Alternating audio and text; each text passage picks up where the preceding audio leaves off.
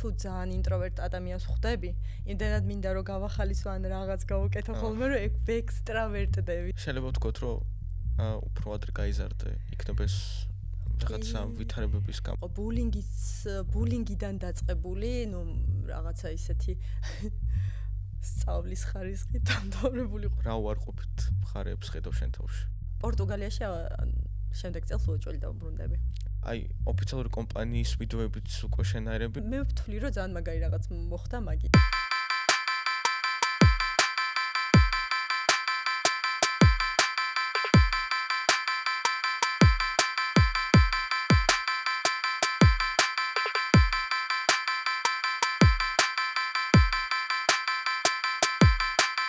მოგესალმებით მეგობრებო, თქვენ უყურებთ კულტურის პოდკასტის უკვე მეორე ეპიზოდს და დღევანდელი სტუმარი არის ადამიანი, რომელმაც შემოიტანა უნიკალური კონტენტის ფორმატი საქართველოში. თვითონაც ძალიან საინტერესო და ცხოვრებისეულ ვიდეოებს იღებს და პიროვნულადაც ძალიან კრეატიული და კარგი ადამიანია და ეს არის ქრისტი. All about Kristen. ხო. მაგაზე არ ვიცოდი როგორ უნდა მოგმართო. ქრისტი? ქრისტინე მქვია. ქრისტინე. მარა კრისტენი მე მომწონს. კრისტენ სტიუარტის გამო. კრისტენი. იმიტომ რომ ხო, მაგრამ ზოგი ქრისტის მეძახის, ზოგი კრისტიუშას მეძახის, ზოგი კიტოს მეძახის. ანუ ქრისტენი ხო. ხო. როგორ ხარ? რა? არ ხეინა. კარგად. მოგეთ გავიცნოთ წესებს. გვაქვს ბარათი, ამ ბარათებზე არის დატანილი თემები, აიღებ ერთ კარტს, წაიკითხავ დატანილ ტექსტს და ამაზე ავაწყობთ მსჯელობას. წესით ყველაფერი გასაგებია, მოდი დავიწყოთ. Let's go. აიღებ პირველი ბარათი. ბავშვობა. ცოტა სხვა თემით დავიწყებ. ზოგადად შენი ვიდეო რო შემხვდა პირველად, ძალიან გამიკვირდა, იმიტომ რომ ძალიან იშვიათია ახლა დღევანდელ რეალობაში და დღევანდელ საქართველოში ადამიანი, რომელსაც პატარა ცხოვრებისეული დეტალებიც ახარებს, მაგალითად, სათვალე შეკეთება, ნაყინის ჭამა, ან უბრალოდ ქუჩაში მოგზაურობა. და ასე მგონია პირადად მე ჩემი აზრია, რომ საკმაოდ ემპათიური ხარ და ამავდროულად ემოციური. იმით მინდა დავიწყო, რომ მართლა იგეთი ხარ? როგორც რო შენ თავს, ემოციური ხარ თუ ორივე ერთად ემპათიურიც ხარ? ორივე ვარ და ეგ კარგია თუ ცუდი ვერ გეტყვი სიმართლე რო გითხრა, მაგრამ ის რო გამოხატვა შემიძლია, ეგ ჩემი აზრით ყველაზე კაი რამეა. ანუ რო გამოხატავ თუნდაც ემოციას, თუნდაც ემპათიურობას და მაგას მე მივყავარ ხოლმე სიკეთის კეთებისკენ, გაზიარებისკენ და შეიძლება ადამიანს დღეს გაფერადება რაღაცნაირად, მაგრამ ხო, ანუ შემიძლია რომ მაგით ემპათიურობით და ემოციურობით და შემდეგ ამ გაზიარების რაღაცით ადამიანს ხო რაღაცა გაუხალისო ხოლმე და ხშირად ვაკეთებ სხვა შორის მაგას და ვიდეოებითაც გამოგდის ხოლმე ხალხის ცხოვრების გაუმჯობესება, ხო, გახალისება. და ექსტროვერტი ხარ თუ ინტროვერტი? შუაში ვარ სადღაც. აი გეტყვი. მაგალითად ზოგჯერ ისეთი ექსტროვერტი ვარ, რომ ექსტროვერტი. ზოგჯერ არა, ინტროვერტი ვარ. ინტროვერტი ვარ, მაგრამ ზოგჯერ ხო ყველას უწევს რომ რაღაცა ცოტა ექსტროვერტულად მოიქცეს სიტუაციიდან გამომდინარე და აი ეგეც ემპათიურობა რა შუაშია. ანუ მაგალითად თუ ძალიან ინტროვერტ ადამიანს ხვდები, იმდენად მინდა რომ გავახალისო ან რაღაც გავუკეთო ხოლმე რომ ექსტრავერტდები და ეგ ხო ისეთია რა. და აი ინტროვერტობა რაში გამოიხატება? ანუ სახლში გიყვარს ჯდომა თუ კი გიждები სახლში მარტო ყოფნაზე. ზოგადად დაახლოებით 17 წლის ასაკიდან მარტო ვცხოვრობ დამოუკიდებლად მათ შორის და ძალიან მიყვარს ჩემს სივრცეში ყოფნა, მაგრამ ეგ არ ნიშნავს იმას, რომ მაგალითად ხალხმრავალ ადგილას რო ვარ, ვთქვა და დისკომფორტში რო ვარ, რაღაცა შემაწუხებს, მანდაც კი შემიძლია, რომ უცებ ჩემ თავში გავიმარტოვდე, რომ ის უცაბედი კომფორტი შევიქმნა, რაც ისევ მომასულიერებს ასე რომ ვთქვა და დამაბრუნებს იმ ადგილას, სადაც ვარ და ხო, მაგაზე დრო დამჭირდა რომ მემუშავა, რა თქმა უნდა, ეგრე არ მოსულა. ანუ სახში მე მაგალითად არ შემიძლია სახში ჩდომა, აი ახლა თან ოჯახი მყავს, მაგრამ აი ოჯახთანაც რო ვიჩდე სახში, მთელი დღე გაბრუებული ვარ და რაღაცნაირად თან ასე მგონია რომ გავიზრდები, ფიქრების ის მექდება. დამოვიწყდა რა ქვია მაგას. ანუ ფიქრების შემოსევა. შენ ესეთი რამე არ ქონია რომ აი მარტო რო ხარ რაღაცაზე დაჟინებით ფიქრობ და მე უკვე მენტალურად ცუდად ხდები ამის გამო. არა. აუ მაგაზე ძალიან კაი ის მახსენდება. ანუ მე მაქვს ხოლმე ჩემი სევდიანობის დღეები. ანუ ეხლა რას ნიშნავს ეს? ძალით ვიწვევ სევდიანობას ჩემში. და მაგ დროს ვარ ხოლმე ძირითადად ეგრე რა. რაღაც კონკრეტულ თემაზე თუნდაც სევდიანი იყოს, მაგრამ ემოციურად მჭირდებოდეს რომ უნდა დავიცალო აუცილებლად. მაგ დროს ვინმე თუ არის ჩემი და თქვა ძალში ანუ ირგვლივ ვინმე მაგ დროს აი ემოციურად რო ვეღარ ვიცლები, უკვე აღარ მომწონს ხოლმე და მირჩევნია რომ სადმე ვთქვა პარკში წავიდე, ანუ სადაც მარტო ვიქნები, შეიძლება ბიბლიოთეკაში წავიდე და უბრალოდ სიჩუმეში ვიჯდე. სადმე უნდა გავმარტოვდე, შეიძლება სახლში არა, ვერ შემეძლოს იმ მომენტში, მაგრამ ნუ ხო ეგ მჭირდება ხოლმე რომ ენერგია დავიბრუნო. ეგ ენერგიისთვის მჭირდება მხოლოდ და კონცენტრირება რომ მოვახდინო, ვთქვათ იდეების კონკრეტულად რაღაცაზე თუ ვფიქრობ, ვთქვათ, ან საქმიანი იქნება ეს თუ არა საქმიანი, შეიძლება მომავალს უკავშირდებოდეს, რომ მინდა რომ რაღაც დავალაგო ის ჩემი კონკრეტული მიზნისკენ წასასვლელი გზა და უცებ ქაოსში აღმოჩნდი და მაგ დროს აუცილებლად უნდა განმარტოვდე სადმე და ხო, ყველაზე მეტად მარტოობა მიყვარს. გასაგებია და ნაწილობრივად უკვე თქვი ეს, მაგრამ რა დადებით მხარეებს ხედავ შენ ხასია, ჩანს ზოგადად შენ თავში?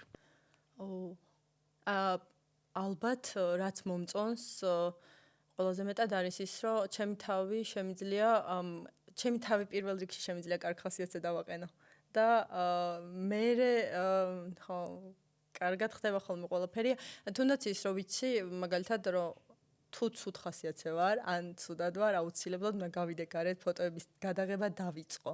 ანუ პირველი არის ეგ, რომ ნაცნობ ადგილებში დავდივარ, არაფერს უცხოს არ ვაკეთებ. შეიძლება მილიონჯერ მივიდე იმ ქუჩაზე. კერესელიძის ქუჩა მიყვარს ძალიან და უბრალოდ მანდ უნდა მივიდე, ნაყინი ავიღო. ოღონდ ნაყინი აუცილებელია, ზამთარ ზაფხულ აუცილებლად უნდა წავიღო ნაყინი და აი სანამ ადგილამდე მივალ, მაგ დროსაც კი კარგად ხვდები უკვე. უკვე რომ ვიცი რომ იქ უნდა მივიდე, აი ნუ ეგ არის კარგი, რომ ეგ შემიძლია რომ ჩემ თავში რაღაც ვაიძულო ჩემი თავი, რომ ეგ გავაკეთებინო და მე უკვე კარგად ხვდები ხოლმე და ალბათ ეგ არის კარგი, რასაც ხვებიც ხედავენ. და ეგ კაია. მაინტერესებს რა ნაყინს ჭამ ხოლმე? აი მე რაღაც ჩემი ეს ყინულია იდეაში ნაყინი არ არის. ეგ მაინტერესებს ეგეც. ხო, გემრიელია, შიგნით იოგურტი აქვს, მე კიდე ხილი აქვს, მე ზემოდა ყინული აქვს და რაღაცა ძალიან გემრიელი, ანუ რძიანი ნაყინი არ არის. რაღაცნაირი ნაყინია იოგურტისებრი. უნდა გავსინჯო, იმიტომ რომ არ მეტიც ყინულები არ მიყვარს. სხვანაირი ნაყინია, არ არის ძალიან ყინულია, გარედან აქვს გარსი ყინული. და აი მაგას რო ჭამ და მე ლღვება და შიგნით იოგურტი გვხდება, ეს არის. გემრიელი ჩანს. კი. ახლა რა უარყოფით მხარეებს ხედავ შენ თავში? რა მინუსები გაქვს? მინუსებშიც იმას ვიტყვი, რომ აი ეგ რო შემიძლია, რომ მარტო ჩემ სევდიანობას თავი გავართვა. აი ეგ უკვე მინუსია ჩემი აზრით, იმიტომ რომ მაგ დროს არავინ არ მჭირდება. სინამდვილეში არავინ არ მჭირდება, რომ მყავდეს გვერდით, ანუ არავისზე დამოკიდებული არ ვარ, არავის ხასიათზე დამოკიდებული, რომ იმ ადამიანმა კარგად უნდა გამხადოს. ანუ ვიცი, რომ ჩემ თავს მე თვითონ გავხდი კარგად და ეგ ყველაზე მნიშვნელოვანია. ანუ აქამდე მოსვლის პროცესიც არ იყო მარტივი, მაგრამ ხო, მე მგონია, რომ ეგ მინუსია რა. რატო ცვლი ამას მინუსად? ანუ წარმოიდგინე, ეგეთ დროს შეიძლება ჩათვალო, რომ არავინ არ გჭირდება გვერდით რაღაც მომენტში. ანუ უკეთესი არ არის ის, რომ რთულ სიტუაციაში მარტო შეგიძლია შენ თავის კონტროლი და კი, მაგრამ მაგ დროს შეიძლება ანუ მე მაქვს ხოლმე მომენტი, რომ გაზიარებებს ვწყვეტ ხოლმე მაგალითად. ანუ ეგეთ დროს, იმიტომ რომ ვიცი, რომ ყველაზე მეტად ჩემი თავი დამეხმარება, რამე ცუდად თუ არა ან რაღაც და მეგობრებსაც არ ვეკონტაქტები, ანუ საერთოდ ვიკეტები, მარტო ვრჩები და აი ეგ არის ყველაზე ცუდი. ანუ ცოტა ისეთია ბეწვის ხიდივით არის რა. მე შეიძლება მართლა მეგობრებმა თუ არ შეგახსენეს თავი, უკვე მართლა მარტო იყო კარგა ხანი და ნუ ეგ მინუსია იდეაში რა. გასაგებია. ეს ხასიათი და ეს ინტროვერტობა საიდან მოყვება ბავშვობიდანვე ესეა?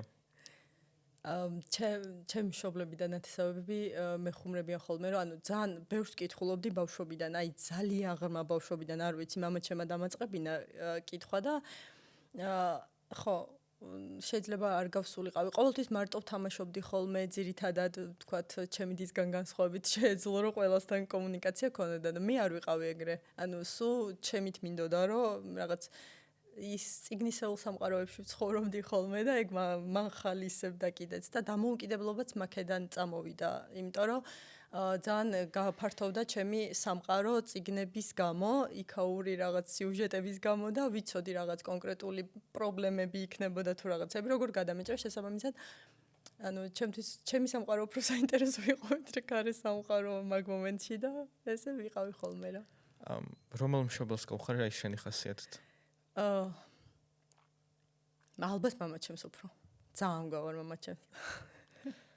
სკოლასთან რა ურთიერთობა გქონდა? მოგწონდა თუ არა სკოლა? სკოლა? თუ არ გინდა ლაპარაკი? სკოლა არც ზოგადად ისეთი დამოკიდებულება მაქვს ეგეთი რაღაცების მიმართ, რომ აი მომწონდა არ მომწონდაც არისო რა. უკეთესი შეიძლება ყოფილიყო, მაგრამ ანუ მაშინ ესე დავსვათ კითხვა. კომფორტულად გრძნობდი თავ სკოლაში თუ არა? არა. რის გამო? რავი, ძალიან ბევრი რაღაც იყო.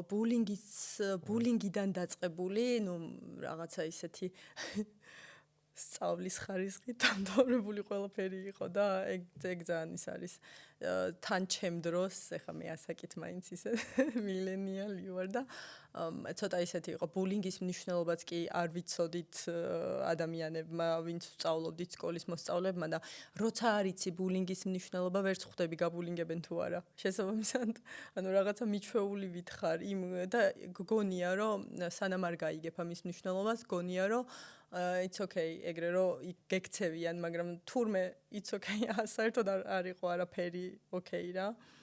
პირიქით, ანუ აქ არ არის ის რომ ვიღაც რამეზე დამცინო და ან რაღაცა. ჩემ შემთხვევაში ძირითადად ის იყო რომ რავი, ცოტა ის ვიყავი ქაჯს მეძახდნენ. რავი, ეგეთი სულ აქტიური ვიყავი და მაგიტომ, მაგრამ რაღაც ისეთია რა. ანუ თითქოს არ ქსიამოვნებს მე რომ რაღაც მომენტები დგება, არ ქსიამოვნებს რომ ძალიან აქტიურს გეძახიან თუნდაც და ეგ არ არის კარგი. ანუ ბულინგში რას გულისხმობ? უფრო სიტყვიერი რაღაცა იყო თუ უფრო სერიოზული რაღაცები ხდებოდა? ანუ ჩემთან მიმართებაში აი მარტო ეგ იყო რომ ანუ ქაჯს მეძახდნენ ერთადერთი თორე დანარჩენი ახლა ჩემთან მიმართებაში არ ყოფილა, მაგრამ ერთიანობაში ხარო გადავხედოთ, მეც ბევრჯერ ანუ მithქვამს ვთქვათ ჩემი კლასელისთვის რაღაც ისეთი, რაც შეიძლება ანუ ესე ბულინგად ჩავთვალოთ ეხა რა. და როგორ ცდილობდი ამ ყველაფრის მოგვარებას? თუ დიდად არ გაწუხებდა ეგ? არა მაწუხებდა.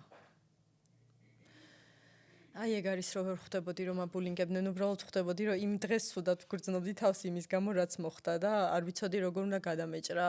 ეგ ძალიან ცუდია სხვათა შორის და მე მგონია რომ მან და არ არის ჩემ შემთხვევაში არ იყო ეხა მშობელთან კომუნიკაციის ნაკლებობის პრობლემა ან რაღაც ყოველთვის ანუ ეგ არ მქონდა, არც აი გამოხატვა არ მიჭირდა ხოლმე, რაღაც რომ მომწონდა, მაინც სულ ამბობდი და ანუ აი ჩემით მოგვარებასაც ანუ არ ვაქცევდი ყურადღებას სინამდვილეში, იმიტომ რომ არ ვიცოდი რომ აბულინგებდნენ, მეგონა რომ ის ნუ იმ დღეს მოხდა ისე, მაგრამ მეორე დღეს ისო სხვანაირად ვაგრძელებდი რა.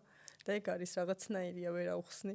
რო არ იცი. ანუ მენტალურ ჯანმრთელობას არ გაზიანებდა დიდად თუ შენი შედეგის შენ გამო შენ თვითონ არ დააზარალე ამ ბულინგის გამო შენივე მენტალურ ჯანმრთელობას ვთქვათ.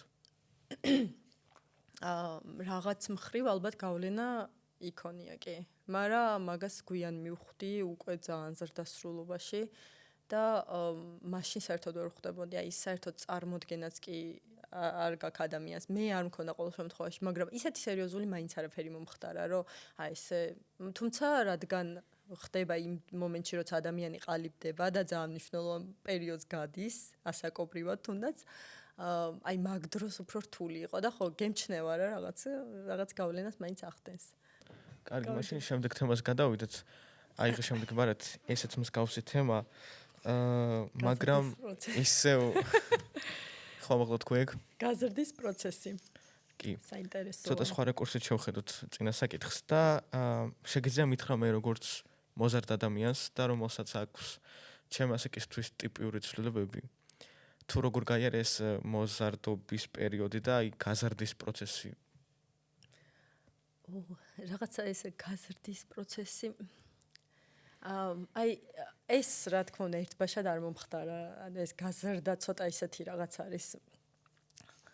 აი მე რომ მკითხო დღემდე ვიზრდები და 80 წლის რო გავხდე ანუ 240 წლის მაინც გაზრდას და ესე ხო გავაგრძელებ, იმიტომ რომ ყოფილა რაღაცეები რომ აი გუშინ წინაღ მომიჩენია და აქამდე ესე ვცხოვრობდი. ეგ მოაქ აი გაზრდის პროცესი მთლიანად დამოკიდებულია, ну რა თქმა უნდა გადაწყვეტილებებზეც, მაგრამ ამ გადაწყვეტილებებს ხო გარემოებებიდან გამომდინარე ვიღებთ ადამიანები და აქ ყველაზე მნიშვნელოვანი გარშემომყოფი ადამიანები და გარემოა. და თუ ადამიანი აი ცოტათი მაინც ხვდება რომ გარემო არ მოსწონს აი რაღაცაში მარტივს ვიტყვი რა. ჩემი ერთ-ერთი ვიდეო იწყება ესეთი ფრაზით, რომ გონი არასწორ ბაბლში ვარ გაჭედილი. ანუ ეგ არის გაზრდის პროცესი მოაქვს გარემოს და აი მაგ ფრაზაში გამოიხატება ჩემთვის. და აი ეს ერთი ადამიანის კი თუ გამოჩნდება ვიღაც ისეთი რომ რაღაცნაირად მთელი არსებით მიხვდები რომ იმის ღირებულებები შენთან უფრო ახლოს არის ვიდრე არსებული ადამიანების აი მანდ მგონია რომ ყველანაირი რისკი უნდა გაიღოს ვიცი რომ აი ასაკობრივად ძალიან რთულია ეგ დროს ბევრი შიში აქვს გადაწყვეტილების მიღებას რომ ეხლა ის რა სიტყვის ან ეხლა როგორ მიიღებენ მე რა ვქნა ეგ სულ იქნება აი ეგ იქნება 240 წლის ასაკშიც კი იმიტომ რომ ყოველთვის ადამიანებს გვექნება იმის შიში რომ აი ამ გადაწყვეტილებას რა შეუძლია მოიტანოს, მაგრამ მე ყოველთვის რისკის მხარეს ვარ ხოლმე, ნებისმიერ შემთხვევაში ოღონდ რისკს უნდა კონდეს ის და მანდ მგონია რომ აუცილებელია ბაბლის და გარემოს შეცვლა და თუ მაინც ვერ ხდება ცვლილება, ვთქვათ, სამეგობრო წრე რო ავიღოთ, სამეგობრო წრის ან ხო სადაც შემხებლობა გაქვს სხვადასხვა ადამიანებთან და ღირებულებებით ვერ ემთხვევიან შენს ღირებულებებთან მაშინ უბრალოდ მე ინტროვერტიზმს ავირჩევდი და ანუ ჩემ გზას სანამ რაღაც ბუნებრივად არ მოხდებოდა ეს კავშირის გაწყვეტა მანამდე აი მაგ გზას მივყვებოდი იმიტომ რომ რამდენიმე ისეთი ის მქონდა შემთხვევა თუნდაც აი სკოლის პერიოდში ან სტუდენტობის დროს როცა შემეძლო სხვა ადამიანების გზაზე გავსულიყავი მაგრამ ანუ რაღაცა შინაგანად არ მომცა მის უფლება საკუთარმა თავმა და ღირებულებებმა და საერთოდ სხვა გზით წამოვედი და ყველაზე ბედნიერება ეგ არის დიდი ანუ ყველაზე დიდი ბედნიერება ეგ არის როცა ხვდები რომ შენი გადაწყვეტილება რამდენად სასიკეთო ყოფილა შენი თავისთვის რა აი მანდ არის და გაზრდის პროცესი ზუსტად მაგას მოაქვს რომ შენი გადაწყვეტილებების არ გეშინია და აი მე რო უკან იხედები თან ხვდები რამდენად მაგარია ეგ აი მანდ იზრდები რა რო ხვდები უკვე შეიძლება ვთქვათ რომ უფრო ადრე გაიზარდე იქნება ეს რაღაცა ვითარებების გამო იყო კი მაგალითად რის გამო აუ პირველ რიგში წიგნების კითხვა ანუ მართლა არ ვიცი აი როგორ თქვა ეგ რავი სადღაც 10 წლის ვიყავი მე მგონი ის რო დოსტოევსკი რო წავიკითხე ცოტა უცნაური 10 წლის ბავშვს რატო უნდა წავიკითხე დოსტოევსკი ანუ ძალიან იმოქმედა თუნდაც აი ისეთ მართლა ბევრ წიგნს კითხულობდი ბავშვობიდან და თან ცოტა ისე ხო ეგ ძალიან მოქმედებს აი ძალიან მოქმედებს და ვფიქრობ რომ ძალიან მაგარი რამეა ეგ და მაგან იქონია გავლენა იდეაში, თორე აი რო გითხრა რომ გარშემო ვინმე ისეთი მყავდა ჩემი ოჯახის წევრების გარდა რომ აი რაღაც ისე ანუ მე ზესტაფონში დავიბადე და გავიზარდე შესაბამისად იქ არ ხდებოდა მსგავსი ანუ ვერ გექნებოდა ადამიანს რავი ჩემთან არ ყოფილა ყოველ შემთხვევაში ეგ მომენტი რომ ვინმე სენსეი მეგობარი მყოლოდა მაგ დროს მამა ჩემის და ჩემი მშობლების გარდა რა შეგიძლია მითხრა აი მაგალითად ყველას ქონია ესეთი მომენტი, როდესაც ვიხსენებთ ჩვენი მოზარდობის პერიოდიდან, მე არა, მაგრამ დიდებს კი, რომ აი ამ საკითხზე რატო დავრდობდი საერთოდ? ქონია შენ ესეთი რაღაცა? აი თუნდაც იმაზე რომ ქაჯს რომ ეძახე. კი, ძალიან ბევრჯერ მქონდა ეგ. აი მარტივად გეტყვი. აი ხა ძალიან მაგარ ტრავმას გავხსნი. მოკლედ ზესტაფონში მე არ ქალაქში არ ვცხოვრობდი, ზუსტად მაგის გამოც მქონდა ეგ რაღაც კომპლექსივით ჩამომიყალიბდა, იმიტომ რომ ბულინგი მაგ თემაზეც იყო. რომ ქალაქიდანაც იწოთი სავალზე ცხოვრობდი, მაგრამ ქალაქის ცენტრი არ ერქვა. შესაბამისად, ეგეც იყო ერთ-ერთი ის, რომ მე მოწყვეტილი ვიყავი ქალაქში არსებულ ცხოვრებას, იმიტომ რომ სახლში მივდიოდი ხოლმე და ჩემთვის ვიყავი. მაგრამ აი ერთ-ერთი თემა ეგ იყო, რომ მაგითაც მაბულინგებდნენ მაგ არა მარტო იმის ქაჯის გამო და ჩემი ჰიპერაქტიულობის გამო, მაგ კუთხითაც მაბულინგებდნენ ხოლმე. და მე რო ჩავაბარე, სამი უნივერსიტეტი დავამთავრე და აქედან ორ უნივერსიტეტში მაგის კომპლექსი მქონდა, რომ მე თქვა ადამიანებთან, რომ მე ზესტაფონიდან ვიყავი. იმდენად გადმომყვა, ანუ ეს გლობალური რა, უფრო ფართო სახე მიიღო და გამომყვა თბილისში გადმოსვლის შემდეგაც, რომ იმდენად, იგივე გამოდის დაახლოებით ზესტაფონში ქალაქში რო ვცხოვრობდი, რომ აი მე თბილისელი არ ვიყავი და პირველად იყო ეს პირველი დღე რო იყო უნივერსიტეტში ბაკალავრზე, მაშინ მქონდა, რომ ჩემმა კურსელებმა თქვეს, რომ აი მე ბათუმელი ვარ, მესამე გრელოდან ვარ და ჩემთვის იყო სრული შოკი, რომ როგორ ამბობენ ესეთ ამამად, რომ არ არიან თბილისელები და არიან რეგიონებიდან. აი მანდ იყო ყველაზე დიდი შოკი ჩემთვის და პირველი აი ის დაფიქრება რა, რომ მე შემიძლია ამათმა ეხა ეს თქვეს და ცუდად არავინ შეხედა. ანუ ის ტრავმა გადმომყვა, მაგრამ თან აღარ გადმომყვა ფაქტობრივად. და მეც რო ვთქვი, ეგ უკვე ის იყო, რომ აი მანდ უკვე დაიწყო დამუშავება ჩემ თავშივე და ცოტა აი ის მჭირდებოდა ხოლმე გამბედაობა, რომ მე თქვა, რომ მე ზესტაფონელი ვარ და ზესტაფონიდან ვარ და მელაპარაკა იმაზე, რომ აი მე ზესტაფონში დავიბადე, გავიზარდე, როგორი ცხოვრება მქონდა ვთქვა და ამ შემდეგ და სადღაც ალბათ 6 წელია ეს კომპლექსი დავძლია. მანამდე ესე ვიყავი. ანუ როგორ დაძლე? მაგ მომენტზე დაძლია, რომ ვიღაცამ თქვა, რომ ბათუმიდან ვარ და უკვე გაიაზრე, რომ ეს ნორმალურია. პირველად მანდ მოხდა, მაგრამ მე დაახლოებით აქ ცხოვრობ 12 წელია და ამ დანარჩენი 6 წლის პერიოდში ყოველ აი იმ ჩემ თქმაზე, როცა მიწევდა, რომ მე თბილისელი არ ვიყავი, აი მაგ ეს ეგ ტრავმა ფერმკრთალდებოდა რაღაცნაირად ეგ კომპლექსი უბრალოდ. ანუ ეტაპობრივად მოხდა ძალიან და მთლიანად 6 წელი ფაქტობრივად თუ მეტი არა დაჭირდა მაგას. ანუ ესე უცებ და ბრახ და მე ეს მოვიშორე. ზოგადად ეგრე არასდროს არაფერზე არ ხდება, რომ ესე მე გადავწყვიტე და ეხლა მოვიშორებ ამას. გონება ისეთი რამე არის, რომ ხო ძლიერი გონება გვაქვს ყველას, ადამიანები ვართ და ცოტა ხო შეჩვევა ჭირდება და მოტყუება ჩვენ გონებას, რომ ესე კი არ არის, აბა შემოვაბრუნოთ ეს სინამდვილეში ეგრეა და მეც დრო დამჭირდა. არ და თბილისში არ მგონი, რომ ყველა თბილისელი იყოს, ან ყველა ფაქტურად სხვადასხვა რეგიონებიდან არის. ანუ ზოგადად პრობლემასაც ვერ ვხედავ მაგაში და ბავშვობიდან არასდროს არ მქონია ისეთი განცდა, რომ რაღაცის მიხედვით გამერჩია ადამიანი. ანუ არ ვიცი ეს რისი ბრალი იყო, არ ვიცი, ჩემ ოჯახშიც არ ყოფილა ეგეთი რაღაც და იმდენად უცხო იყო, თუნდაც ის, რომ თუნდაც სკოლაში მიუთითებდნენ ხოლმე, რომ რაღაცა ეგეთი ის ბულინგის სახე ქონდა.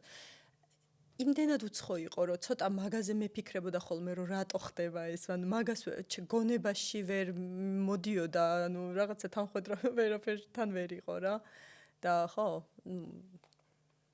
შეიძლება ვისაც გამოცდილება გვაქვს, იმათვის უფრო რთულია ეგ, ვიდრე მაგალითად რო თქვა, ეხა კი, მე არ გამომიცდია ეგ. ხო, მაგას ვამბობ, ეგ უფრო ჩემი აზრით, ჩემნაირი ადამიანებისთვის უფრო რთულია, რთული არა იყო, უფრო რთული, რომ აი ეგ პრობლემას ეჯახები ფაქტობრივად და რაღაც დიდ კომპლექსს, რომელიც ბავშვობიდან მოყვება და ბავშვობის კომპლექსები ძალიან მართლა კომპლექსური რაღაცა არის, ძალიან. კაი, ამოვწუროთ ეს თემა, აიღე შემდეგვარად. სირთულეები და შინაგანის სიმტკიცე. ესეც ის მსგავსი თემა მაგაზე დავიწყეთ ლაპარაკი და მე მაგალითად, როდესაც რაღაცა პრობლემის წინაშე ვდგავარ, ასეთი ბერკეტი მაქვს, რომ ვფიქრობ, ეს პრობლემა არის აქტუალური ერთ კვირაში ან ერთ თვეში, თუ არ არის, ვიღებ ყველაზე რაღაც ოპტიმალურ გადაწყვეტილებას, რომელიც მე არ დამაზარალებს და სიტუაციასაც არ როგორ თქვა, სიტუაციისგან ხო, კი. და ჯერჯერობით არ მქონია, რომ რაღაცა პრობლემა ერთ წელზე მეტი ყოფილიყო აქტუალური. აი შენ რა ბერკეტები გაქვს და პრობლემაში გულისხმობ არა მხოლოდ ფიზიკურ პრობლემას ან ცხოვრებისეულ, არამედ მენტალურ პრობლემებსაც. მანდ ცოტა ისეთი რაღაც არის. აი ეხა ამ გადასახედიდან ჩემთვის არ არსებობს რაიმე ისეთი პრობლემა, რასაც ვერ გადავჭრი. აი ცხოვრებაში, სამყაროში ისეთი არაფერი არ არსებობს, თუ ჩემ ფობიებს ვარ ჩავთვლი, რა თქმა უნდა.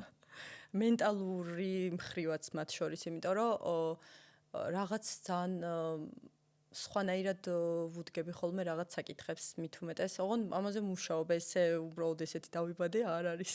ფსიქოლოგიც მყავს და ნუ სიხშირეს გააჩნია ხა, მაგრამ რაღაც ისეთი ტრაუმული თუ შემემთხვევა ხოლმე, აუცილებლად მაგ თემას დავძრავთ ხოლმე და მაინც მგონია, რომ ანუ ყველა ადამიანს შინაგანად უნდა კონდეს მზაობა, რომ რაღაცას თვალი გაუსწოროს და აღიაროს, რომ ის რაღაც არსებობს მის ცხოვრებაში.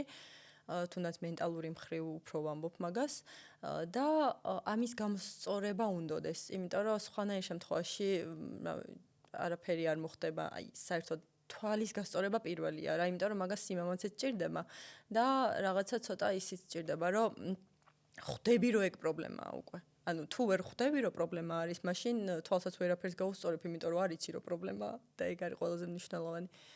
და დედაჩემის ფრაზას გავიხსენებ. ორ რამეზე არ ვნერვიულობ, რასაც ეშველება ხოლმე და რასაც არ ეშველება. და აი ეგ არის ის მთავარი რა. როცა რაღაცა ხდება ხოლმე, ერთხელ მახსოვს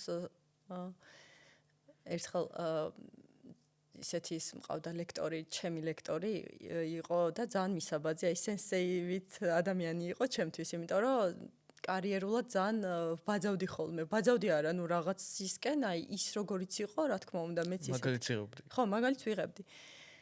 და ნუ მასთან დავიწყე მუშაობა და თვითონ არც კი იცის, რამდენად დიდი мотиваტორია იყო ჩემ ცხოვრებაში და არის კიდეც მისაბაძე ადამიანი, აი წარმოდგენა არ აქვს. და ის არის, რომ ერთხელ ძალიან პანიკურად ვარ, რომ აი რაღაცა ეს მჭირდებოდა, რაღაც მჭირდებოდა, კამერა მჭირდებოდა და ეგ რომ გადაღებაზე წავსულიყავი, უცებ დაიგეგმა და მე კამერა არ მქონდა, სამსახურის კამერაზეა საუბარი და უცებ ველოდები როდის მოვა რაღაცა და მეთქი აი ეს არის კამერა არის და აი ხა დამშვიდი, ანუ პანიკაში ყოფნის პერიოდი რომ პრობლემის გადასაჭრელად გამოგეყენებინა, უფრო კარგი იქნებოდა, დაახლოებით ოღონდ ძალიან კულტურულად და ძალიან კარგად მითხრა, მაგრამ თავარი ის იყო მაგაში, რომ აი პანიკის დროს ზუსტად ხვდები რაღაც პრობლემა რაც მაქვს, იმაზე ნერვიულობა ღირს თუ არა, ანუ მოვაგვარებ თუ არა, თუ ხვდები რომ ვერ ვაგვარებ, არ ვნერვიულობ და თუ ხვდები რომ ვაგვარებ, მაშინ მოგვარების გზებს ვეძებ და უფრო მარტივდება, დროშიც არ იწელება, ნერვიულობასაც აღარ იწევს და ეგრე არა.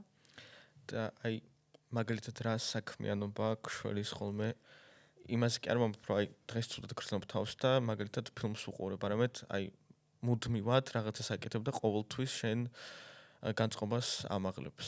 რა საქმეა ეს? ეგეთი არაფერი არ არის. და ეგ არის ყოველთვის სხვადასხვანაირი, ანუ სხვადასხვა რაღაცას ვაკეთებ ხოლმე. ზოგადად არის მომენტები, როცა მაგალითად გრძნობ, რომ თუ ცუდად ვარ და ვგრძნობ, რომ უბრალოდ არაფრის კეთება არ შემიძლია და არც მინდა. მაგ დროს უბრალოდ წვები ხოლმე და არაფერს არ ოღონდ მართლა არაფერს არ ვაკეთებ. ყველაზე რთული არაფრის კეთება არის სხვათა შორის. თუ მაგალითად ისე ვგრძნობ თავს, რომ მინდა რომ სადმე გავიდე, მაგ დროს ვდგები, უბრალოდ აი არსად ვჯდები მაგალითად რაღაც ნომერ ავტობუსში და ბოლომდე მივყვები ხოლმე. გზადაგზა მე რაღაცები შეიძლება გზაში რაღაც მომეწონოს, ჩამოვიდე იმ გაჩერებაზე, გადავუხვიო გზიდან და დავიწყო რაღაცებს, ან ფოტოების გადაღება, ან უბრალოდ ქუჩებში სიარული. აი ყოველთვის სხვადასხვანაირია გამოხატვის ან გამოუხატველობის ფორმები მაგ შემთხვევაში და ეგ ყველაზე კარგია, იმიტომ რომ მე ჩემი აზრით დანაშაულის შეგრძნება არ უნდა კონდეს ადამიანს, რომ რაღაცის არაფრის კეთება არ შეუძლია და არ უნდა. აი მაგალითად როცა მაქვს დედლაინი რამეზე და იდეები მჭირდება რომ მოვიფიქრო. იმიტომ რომ კრეატიულ სააგენტოში ვმუშაობ, ინდუსტრიაც კრეატიულია და რაღაცეები მაინც სულ არის ხოლმე და თან ძალიან ბევრი სამსახური მაქვს ერთიანობაში და ყოველთვის არის ხოლმე რაღაც ისეთი დედლაინები. და თუ მინდა რომ რამე მოვიფიქრო და მაგალითად ხვდები რომ ვეღარ ვაზროვნებ, ვერც ტექნიკურად აი რაღაც თუ მაქვს გასაკეთებელი, იმასაც ვეღარ ხვდები რა გავაკეთო. აი მაგ დროს უბრალოდ იქვე ვანებებ თავს.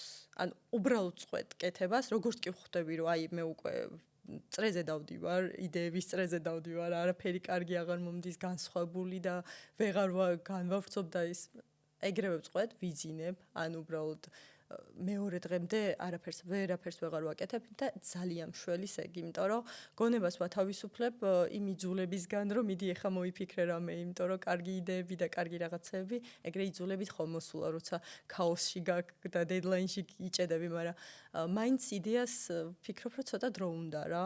და თან როცა იჭედები უბრალოდ რავი გონება ვერ აიძულებ და კარგი იმას ხო თვლი რომ ეგ პატარა მოწვევის პერიოდია თუ არა არავი არის ალბათ მაგრამ თან არა იმიტომ რომ შეიძლება ძალიან დასვენებულზეც გქონდეს ეგ მომენტი მაგრამ აი ხა დასვენებულზე არ გულისხმობ იმას შვებულებიდან 2 დღის დაბრუნებულზე იმიტომ რომ ეგ ამოწვა რაც იგულისხმე მე მგონია რომ უფრო ან რაღაც იმ საქმის კეთებისგან მიღებ სიამოვნებას რო ვეღარ იღებ მაგისგან არის გამოწვეული ან სფერო აღარ არის შენი ან რაღაც ისეთი პრობლემა გაქვს რომელსაც ვერ უმკლავდები და გადადის სამსახურზე ან იდეებზე და კრეატიულ რაღაცაზე შეიძლება სხვა პრობლემის გამო იყოს ეგრე ყველაფერი და ხო ალბათ მაგის ბრალია ერთიანობაში, რასაც ვარქმევთ ხოლმე, რომ რაღაცა აი დღეს სტრესული დღე მქონდა, არა, პრობლემა სხვა რამეშია, მიდი მოძებნე და სტრესიც გაქრება. ესეც ამოვწუროთ შემდეგ ბარეთ. Let's go. დრო რუტინა და თვით დისციპლინა. ეს კაია. გაზრდისას ყოველს გვეცლება რუტინა და პასუხისმგებლობების გვემატება. მე მაინტერესებს როგორ განსხვავდებოდა შენი ცხოვრებები სხვადასხვა ეტაპების დროს სკოლის დროს, უნივერსიტეტის დროს და სამსახურის დროს. ეს ისეთი რამეა.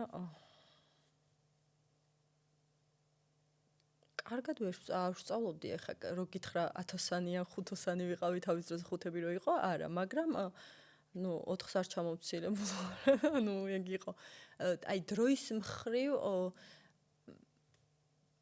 არასდროს არ მიჭირდა დროის გამოყოფა და დისციპლინაზე მორგება, არასდროს აი ჩემი დისციპლინის შექმნა, დისციპლინა არ ვიცი როგორ არის. დისციპლინა არა, ის სიტყვა იმ სიტყვას რა ქვია მე რომ მინდა რომ გავაკეთო ხოლმე? პროდუქტიულობა. არა. ხო დისციპლინირებულობა კაია. ანუ მე ძალიან მომწონს ეგ სინამდვილეში და ყოველთვის ვცდილობ ხოლმე რაღაც არეული პერიოდი რომ მაქვს, აი რაღაცა რუტინულზე გადავერთო ხოლმე. აი მაგალითად შეიძლება ეს დილაობით იყოს ან საღამოობით, არ ვიცი, მაგრამ აი გეტყვი, რას გულისხმობ რა? წინა წელს მქონდა 10 სამსახური და იმიტომ რომ მქონდა მიზანი. ეხაც დაახლოებით მაგდენივე მაქვს, მაგრამ მაშინ ძალიან დიდი კომპანიები იყო და შესაბამისად დატვირთვა ძალიან ბევრი იყო. მაგრამ მე მქონდა მიზანი.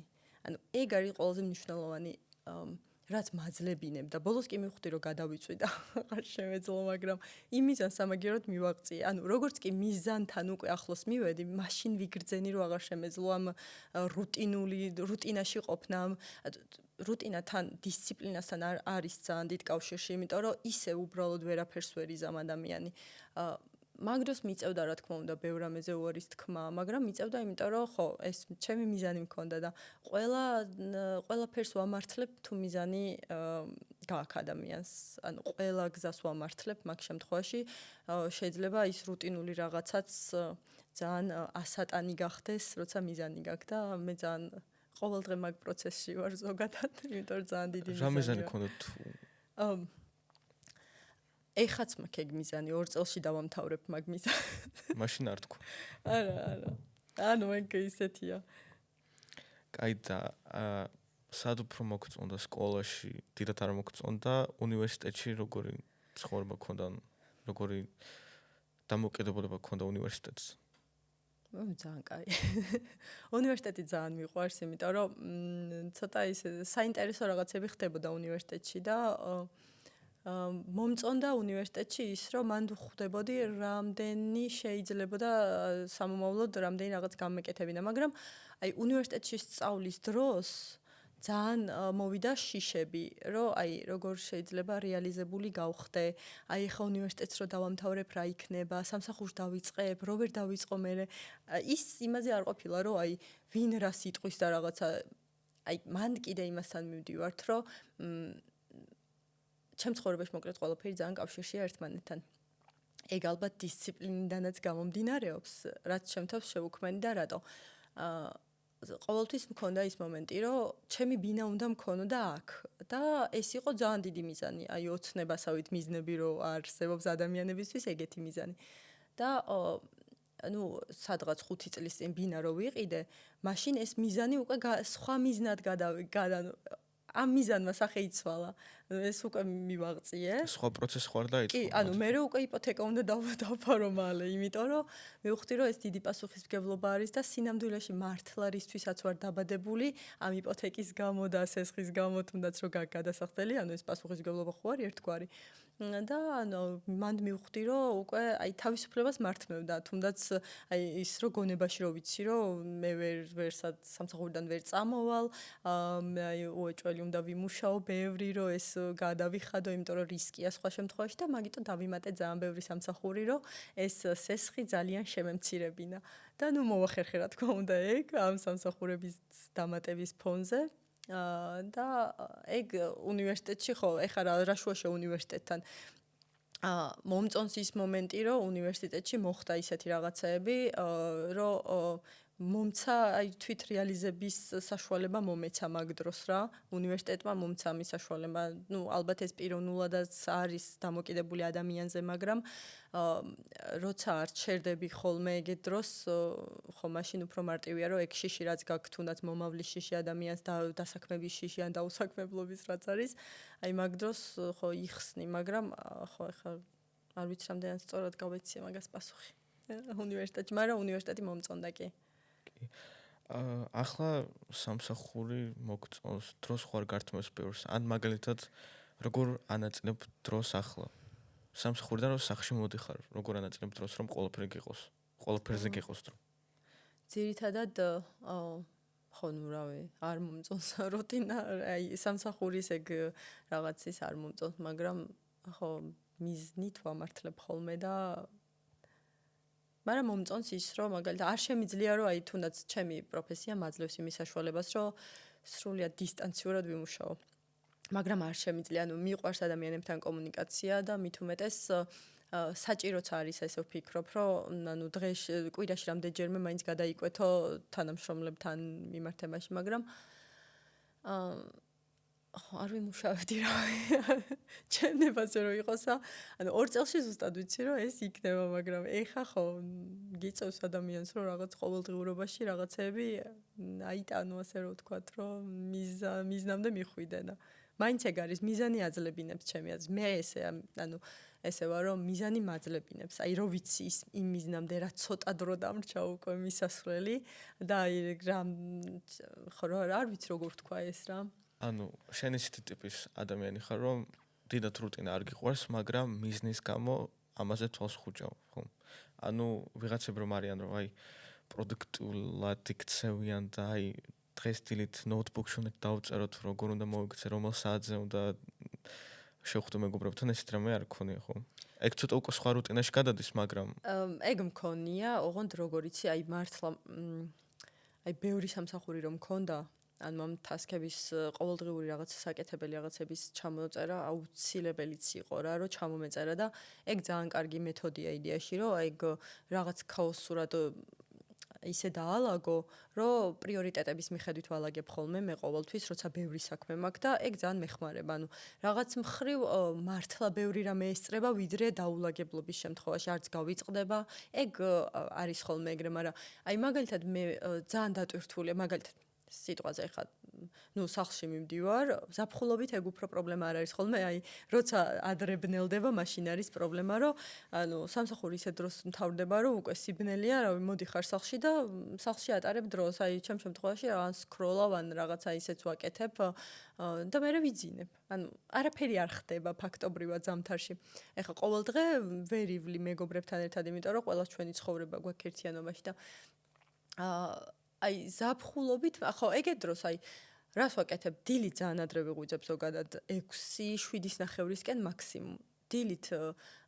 აი ხა წიგნს უეჭველი ვკითხულობ რაღაც ერთ ცალს მაინც ვკითხულობ ერთ გვერდს გულისხმობ რა და ან დილაობით რაღაცა უბრალოდ ვზივარ და ყავას ვსვავ და ჩემი დრო მაქვს რა. ანუ ეგ მეხმარება ის რომ აი ჩემ თავთან კავშირი არ გამიწყდეს დღის განმავლობაში და ესე უფრო მეტად აი პროდუქტიული გავხდე ხოლმე რა დღის განმავლობაში ვგულისხმობ, იმიტომ რომ საღამოს ვერ ვასწრებ მე ვერაფერს, თუნდაც აი ეს სიბნელი არ მიყვარს და მაგიტო დილით რომ მაგ რაღაცებს ვაკეთებ, მე უფრო ენერგია მაქვს ხოლმე და ხო შეიძლება ადრე გავიდე სახლიდან იმის გამო რომ უბრალოდ სამსახურში მისვლამდე სეირნობა მოვასწრო და თქვათ თავისუფლებიდან რუსთაველამდე რუსთაველზე მაგ სამსახური და ფეხით გავიარო რომ ესე სეირნობაც მოვასწრო იმიტომ რომ საღამოს ვერ ვასწრებ სიბნელის გამო შემდეგი ბარათი აიღე პირადი ფასეულობები რა ტაში მიდე თავ პირადი ფასეულობები რა არის შენთვის მთავარი ადამიანში?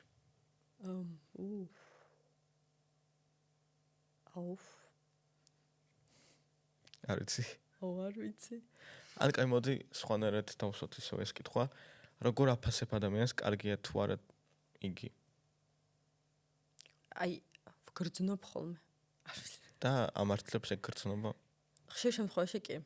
მართლა ამართლებს და არ ვიცი ეს რისი ბრალია, მაგრამ რაღაცა აი უბრალოდ რომ აი არ მაქვს პასუხი. ადამიანში ანუ სიტუაციიდან გამომდინარე შეიძლება შევაფასო ზოგი ადამიანი ან საერთოდ შეფასების გარეშე დავტოვო ხოლმე. ანუ თავის ადგილი კონდეს საერთოდ არ შევაფასო. ზოგადად არ მიყვარს ხოლმე ადამიანების შეფასება რაღაც კრიტერიუმის მიხედვით, იმიტომ რომ მგონია რომ ადამიანები სხვადასხვა გარემოებაში სხვადასხვანაირად იქცევიან და იმ კონკრეტულიდან აი პირველი შთაბეჭდილება მნიშვნელოვანია რო ამბობენ. სინამდვილეში მეორედ შეხვედრის საშუალება თუ გააქვს, შეიძლება მეორედ სხვანაირად იქცეოდეს ადამიანი და მაგიტომ ვერ ვაფასებ, მაგრამ თავარი მაინც მგონია რომ ადამიანს სიკეთის კეთება უნდა შეეძლოს. სიკეთე შეიძლება კიდე სხვა ფორმებში იყოს გამოხატული, ანუ მაგასაც ვერ იტყვი. რაღაცაზე კონკრეტული პასუხი მით უმეტეს ადამიანებთან მიმართებაში არ მაქვს. თავარი ბოროტი არ იყოს. ანუ წინა სტუმარმა მითხრა რომ მე ანუ ხედავ რომ ადამიანი ცუდია, მაშინ როდესაც ის ძალიან ცუდად ექცევა მშობლებსო. აი შენ ეგეთ რამე ხომ არ გაქვს რომ აი რაღაცა მაგალითად ცხოველს მოიქცა ცუდად ან ცხოველები არ უყვარს და ეს უკვე იმის ნიშანია რომ შეიძლება წითელი დრო შეიყოს სხვა რაღაც ასპექტებში. ხო, კი, არა, ცხოველს ცუდად თუ ექცევა, ეგ ცუდია. ანუ ეგ ძალიან ცუდია. აი მშობელთან მიმართებაში ვიტყვი კიდე რომ მშობელთან ცუდად მოქცევა ძალიან ტრავმული შეიძლება იყოს და მან ვერ იტყვი რა ადამიანი კარგია თუ არა. არავინ არ იცის ბავშვობაში რა გამოუცდია და მაგიტო ცოტა ისეთია, მაგრამ ცხოველს ცუდად რატომ უნდა მოიქცე? ეგეც ალბათ რაღაცა ტრავმებთან ერთად. აი, ანუ სადღაც სამჯერ გამომეკიდა 7 ძაღლი დაახლოებით და ანუ მაინც ვერ ვექცევი, არ არსებობს ცხოველს ცუდად და ზოგადად ცუდად როგორ უნდა მოიქცე, რავი, მაშინ ბოროტი ხარ რა. არა მარტო ანუ ცხოველს ადამიანი ხა თუ თვითონ მოგექცევა ცუდად, ხო რავი, მეორე ლოყა ჩემი აზრით არ უნდა შევშვირო. კარგი, რადგან ცოტა დრო დაგვრჩა, ისო შემდეგი ბარათი ავიღოთ და ამაზე მოგზაურობა. ორ კითხვას დავგისვავ და მე კონტენტზე უნდა გადავიდეთ, ეგ ყველა საინტერესოა. ტოპ 3 ქვეყანა, რომელშიც დაბრუნდებოდი ან რომელშიც იყავი ნამყოფი. ტოპ 3 ხო, იტალია და პორტუგალია 3 არ მაქვს ჯერჯერობით, მაგრამ პორტუგალიაში შემდეგ წელს უეჭველი დავბრუნდები. რატომ? აი რატომ მაინდა-მაინც იტალია მომწონდა, სანამ პორტუგალიას ნახავდი. იმიტომ რომ ხალხი არის რაღაცნაირი, აი დარლაილა ხალხს ვეძახი, ეგეთ ხალხს და ძალიან მიყვარს და არქიტექტურა, ყველაფერი მომწონს უკვე. ანუ ის იტალიაში რაც მომწონდა, პორტუგალიამ შეავსო. შესაბამისად პორტუგალია ეხა ჩემი ფავორიტია, ბევრად ფავორიტი ვიდრე სხვა, ანუ გიჟდები პორტუგალიაზე მიყვარს. დავბრუნდები. საცხოვრებლად ხომ არ აპირებ მან გადასვლას ან იქნები მეტი საშუალება კონკრეტულად შენ ნიშას თვის? ზოგადად საცხოვრებლად სხვა ქვეყანაში წასვლაზე ცოტა ანუ ცოტა შიშები მაქვს ხოლმე, ანუ რაღაცა ისეთია რა ძალიან რისკთან არის და აი 2 წელში მე რო ჩემ მიზანს მივაღწევ, აი მე უკვე მაგაზე ვიფიქრობ. კი, აბსოლუტურად. ანუ ეგ არის ჩემი მიზანი. და აი პორტუგალიდან ან პორტუგალიის და იტალიის შორის რომელ ქვეყანას აირჩევ საცხოვრებლად? პორტუგალიას. იმიტომ რომ 2 კვირს წინ დავბრუნდი და ჯერ კიდე მაქვს ცოცხალი ემოცია. აი რამდენი ქვეყნის ნახვა გინდა მაგაშიც რამე მიზანი გაქვს მაგალითად 100 ქვეყანა ნახვა ან რამე? არა, ეგრე არ მაქვს, მაგრამ ჩემი ქვეყნები და ქალაქები მაქვს, რა თქმა უნდა. მაგრამ ერთი ის არის რა, ჭამე ილოცე შეიყვარეში რომ მოგზაურობს ის გოგო, ზუსტად მაგზაზე მინდა რომ წავიდე 2 წელში და ეს არის. რა გზაც გაიარა, რომ ჩავიდა იტალიაში და მე ინდოეთში ამოყოთავი რაღაცა, აი ეგ გზა მინდა რომ გავიარო და დავტესტო ყველა თავის ობიექტით, სადაც კი იმ წიგნში უჭამია თუ ფილმში რა ორივე კარგია.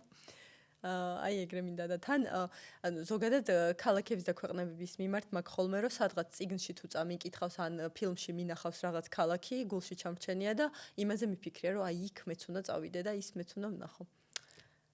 შემდეგი ვართ ალბათ. კონტენტის შექმნა, ინსპირაცია და გავლენა.